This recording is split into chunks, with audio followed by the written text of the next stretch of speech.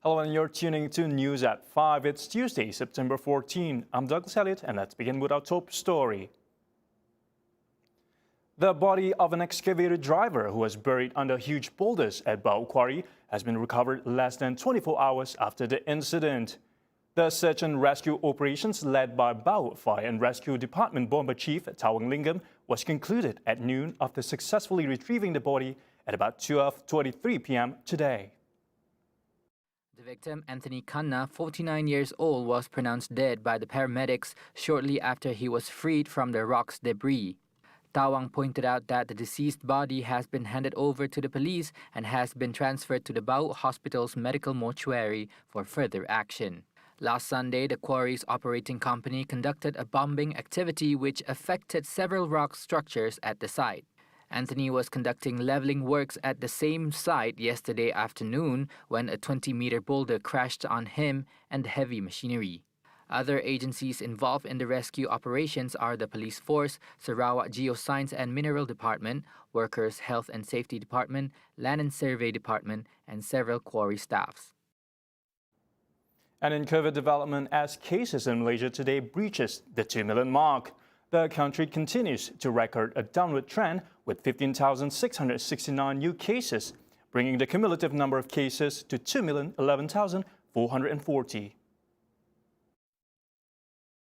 Selangor reported the highest number of cases today with 2,632 new infections. Sarawak had the second with 1,938 new infections, followed by Johor with 1,974. Sabah reported 1,784 new cases, Penang 1,651, while Kelantan reported 1,406. Rejection hurts. However, Sarawak Disaster Management Committee, or SDMC, today stand by its principles in response to a recent complaint by an individual claiming that all 4 of his applications to enter Sarawak were denied.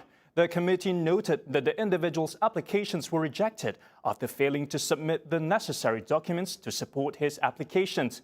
Thus, it regrets that the individual has deliberately misconstrued his story to tarnish SDMC's image and misled the public that his applications were rejected. Based on an in-depth intern investigation on the matter, it was found that the individual attached and submitted the same RTK antigen result with his 4 applications. Current entry stipulation requires the use of RT-PCR test results to be attached within 72 hours of travel. The committee also said that they have his full personal details and his voice admissions to the mistakes during the investigations. SDMC also advised the public who wishes to enter Sarawak to comply with the conditions as stipulated in the SOP.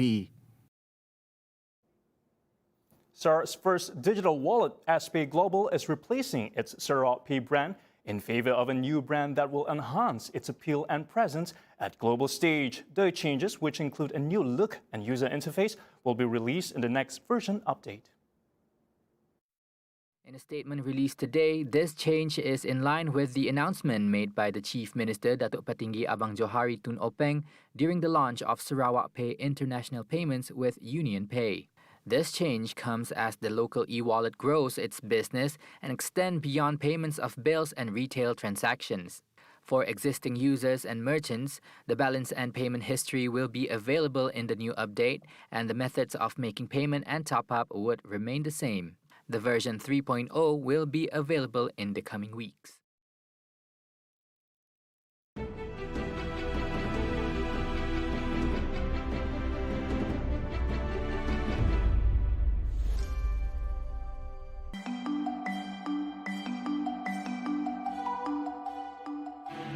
Kerajaan Negeri Sarawak di bawah kepimpinan Yang Amat Berhormat Datuk Patinggi Abang Johari Tun Openg sentiasa komited dalam memastikan setiap penduduk mempunyai bekalan air bersih 24 jam menjelang 2025. Peruntukan sebanyak 107 juta ringgit telah disalurkan bagi melaksanakan projek bekalan air daerah Kabong Pakej 1. Pelaksanaan projek ini mampu menaik taraf sistem bekalan air sedia ada untuk 5,713 isi rumah. Ia dibiayai sepenuhnya oleh kerajaan negeri melalui Kementerian Utiliti Sarawak dan Jabatan Bekalan Air Luar Bandar Sarawak sebagai agensi pelaksana.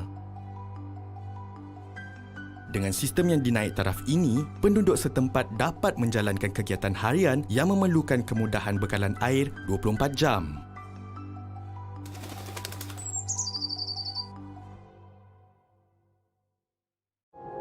Sejak hidup kami dua indai merinsak, tang indai mujur mesai kaku nyentok kaku boleh tupi 4 segi.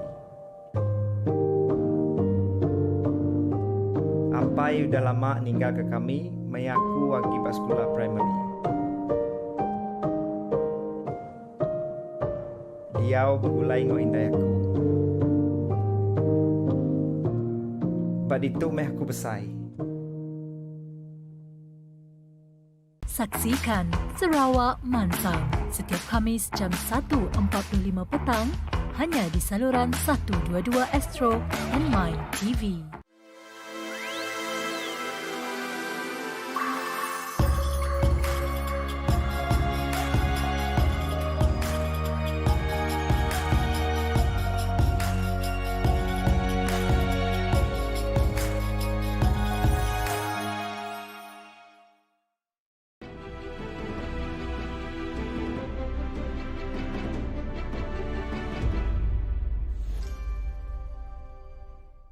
Welcome back. Now, following the announcement of the detailed standard operating procedures for school reopening on Sunday, here are what some parents have to say. Rasa kita perlu okay with the guidelines sebab budak pun sudah terlampau lama kan dalam rumah. So I only have one daughter. So kesian juga dia. She's been very lonely at home. And then all this while pun dia cuma buat online PDPR kan. So I think it should be okay lah. Kalau dia buat penggiliran tu pun saya rasa okay juga. Yang penting diorang kena, pihak sekolah kena jaga SOP tu lah. Like pantau budak-budak tu, jaga jarak. And then macam lepas habis kelas tu kan, make sure ada guru-guru yang bertugas untuk pastikan student di luar tu semua jaga SOP masing-masing. Setujulah sebab lama sudah ni budak-budak sekolah anda sekolah. Takut nanti dorang punya pendidikan kurang. Yang penting ikut SOP lah. Ikut SOP untuk mengelakkan jangkitan COVID lah. Earlier, Education Minister Datuk Dr. Radzi Jidin announced that schools will reopen in stages beginning October 3 according to the phases of the National Recovery Plan. Prime Minister Datuk Sri Ismail Sabri Yaakob considers the lockdown measure as no longer appropriate and feared it brings more implications, including on mental health. He said the reopening of the sectors not only will expedite the economic recovery process, but will also give the people the opportunity to improve their lives. Pembukaan semula 11 sektor ekonomi di negeri-negeri fasa 1 Pelan Pemulihan Negara wajar berikutan dengan keputusan penerima vaksinasi yang tinggi ketika itu. Malah keputusan ini dibuat dengan mengambil kira data penilaian risiko yang dijalankan oleh Kementerian Kesihatan Malaysia dan juga Kementerian Perdagangan Dalam Negeri dan Hal Ehwal Pengguna mengenai ekonomi. He said this in response to Jempol MP Datuk Muhammad Salim Sharif regarding the rash reopening of 11 economic sectors when the country's daily tally of COVID-19 cases was still worrying. He added the reopening of the 11 sectors was done according to the data related to COVID-19 clusters of those sectors. Ismail Sabri noted that to date, 74.7% of the country's adult population had been fully vaccinated, while 91.6% had received one dose of the vaccine. Nevertheless, he said the sectors were reopened with strict standard operating procedures SOPs, including allowing only fully vaccinated customers in the business premises with only fully vaccinated workers on duty. A total of 11 types of economic activities were allowed to resume operations in Phase 1 of PPN from August 16, including car wash shops, electrical and electronics shops, clothing, fashion and accessories shops, goldsmith shops, barber shops, as well as beauty centers and salons. Meanwhile, the Prime Minister said government will continue with policies and strategies to increase income and purchasing power of the people, especially those in the P40 group. He said the government would also improve their access to basic necessities, including education, health and housing. Ismail Sabri said the government had previously provided short-term assistance under 8 economic stimulus packages, which include the Bantuan Prihatin Nasional BPN, Bantuan Prihatin Rakyat BPR, and Phase 1 of the Special COVID-19 Assistance BKC, worth 24.9 billion ringgit. It had also benefited 10.9 million individuals and households in Malaysia.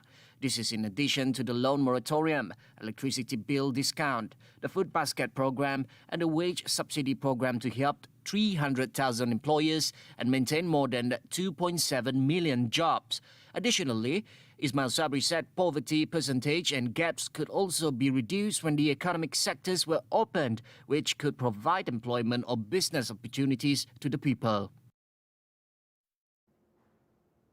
The unemployment rate in Malaysia dropped to 0.3% to 4.8% in the second quarter of 2021, compared to 5.1% recorded in the same period last year.